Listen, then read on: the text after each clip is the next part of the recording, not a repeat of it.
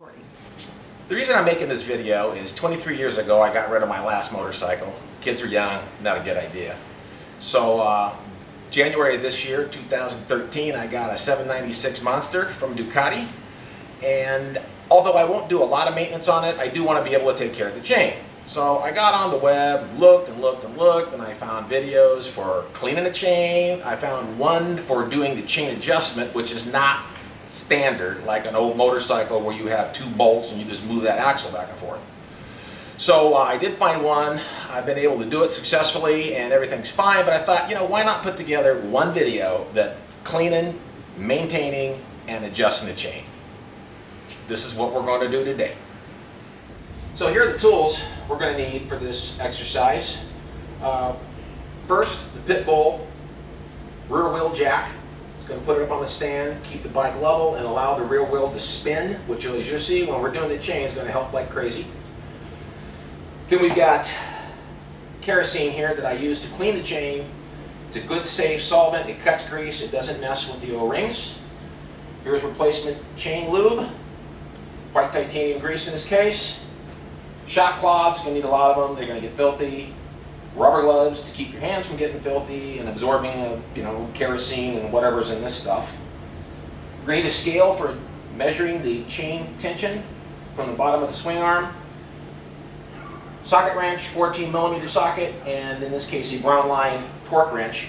And finally a pin wrench, which we're going to use to move the cam backwards and forwards to adjust the tension on the chain. That's it.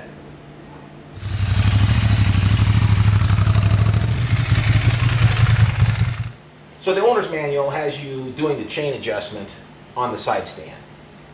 That looks like a giant pain in the butt to me. Because, you know, how do I get this little scale in here and then be able to deflect the chain down and accurately read it when the thing's essentially laying on its side? Not good. Enter the pit bull. On the pit bull you have a pin here that goes inside the hole in the axle, which is easier said than done at times because it has a quite snug fit and you got to get it square. And now comes the fun part. Rotate the bike over where both wheels on the pit bull are on the ground, then charge this handle down, and bingo. Now the bike is being supported, it's straight up and down, the rear wheel can turn, as well as I can get a clean shot at that dimension for the chain adjustment. So the first thing I want to do here is get some of my kerosene and soak the cloth well. So you may be asking, why kerosene? Well, kerosene does a great job of cutting grease. At the same time, it will not harm the O-rings. And you notice already how much cleaner it is. I always start with this marking on this chain link so I know when I'm done. And then rotate it forward, and we're going to rub the whole chain down, both sides, top and bottom as well. Getting all the old grease and gunk off that's accumulated in the last 600 miles, because that is the recommended period to clean and lube the chain, according to our good friends in Bologna. So now that we have the chain clean from all the old gunk, let's put some new lube in. And again, I like to use the Champion chain lube. It does a great job. It's waterproof, and like all that stuff, you want to shake it well before you start applying. And if you don't want to fly everywhere, it's a good idea to put a cloth in the area. And what I'm trying to do here is just squirt in between the links. Getting it on the outside of the chain or on the plates isn't doing anything for you. You need that lube inside where the O-rings are. And so just working carefully. You can do a pretty good job of applying this stuff without shooting your bike all over the place. Although the kerosene does a really good job of taking it off. Why do it if you don't have to?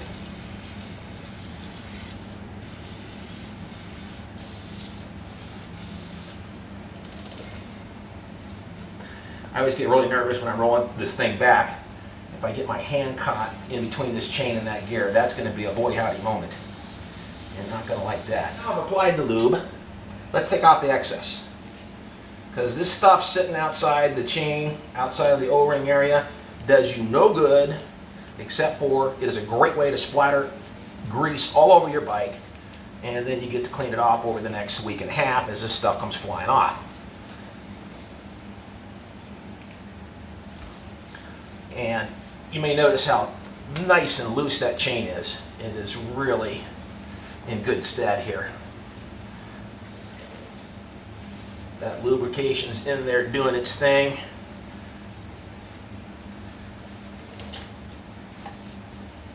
Again, I get very nervous around that gear, man.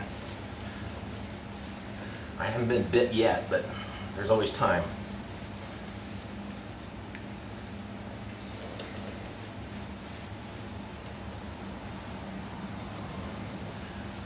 Okay, just about there. One of the things that I never could really see clearly on the few videos for adjusting the chain is they talk about 2 bolts. What 2 bolts? These 2 14mm bolts tighten down over an eccentric cam, and it's that cam that moves the rear axle forward or aft to either loosen or tighten the chain. Those are the bolts we're going to work now. So here we are, I'm back to my starting place, and you deflect the chain down, and at the bottom of that link you want to be about 2 1/8 inches. And we're just a little bit tighter than that. So to do the adjustment, we're going to go over here and loosen up the 2 bolts, move the eccentric cam so we can drop this chain down just a little bit more, and we're good to go. So now it's time to loosen these 2 holding bolts on this eccentric cam assembly, and you don't have to back them out real far, and I've discovered essentially 1 complete turn until they really become loose, and some are on finger tight, and it works good. And now we're going to adjust the cam itself. One thing I noticed on these adjustable pin wrenches is one side is higher than the other, and this wrench fits best where the lower side is up against the gear. Otherwise, it's really difficult to get it in there. So, again, I'll put it in, and in this case, I'm going to loosen a little bit.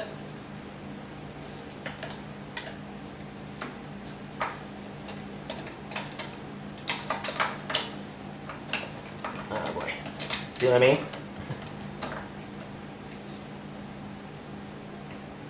There we go. I think I just got it.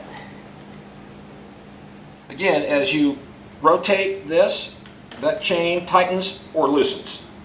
So we're going to adjust that now so it's 2 1/8 inches from the bottom of this surface right here to the top of the chain link. And it is a trial and error kind of thing. And this is not an exercise for those who are impatient, because you're going to get frustrated.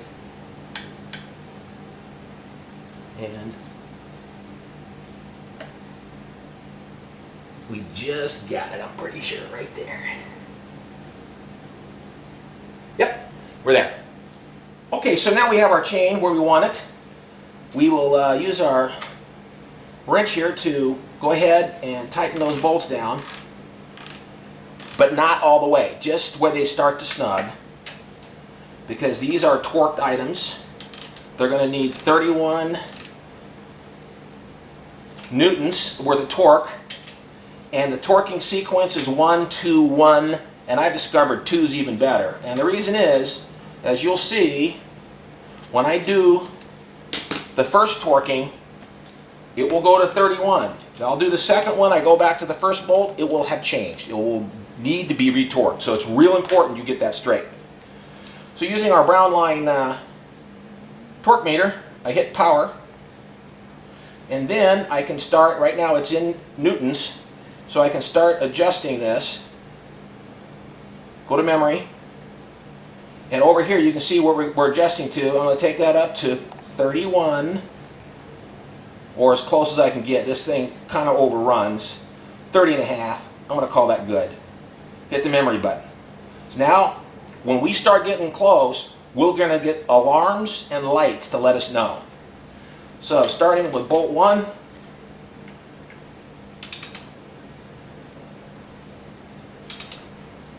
Just take your time. Right now we're at 22 newtons, which is the minimum value for this wrench. 25, 28, 29. Got a yellow, orange light. Bingo, we're there. Now we'll do the number 2 bolt, same way. Oop.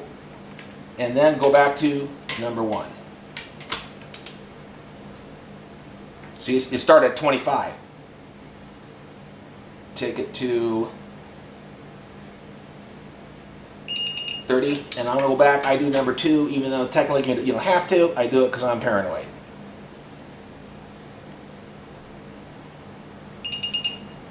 And one more on number 1. Okay, that's good. Went right to 31. Yep, there we are. We're torqued down. Chain adjust is complete.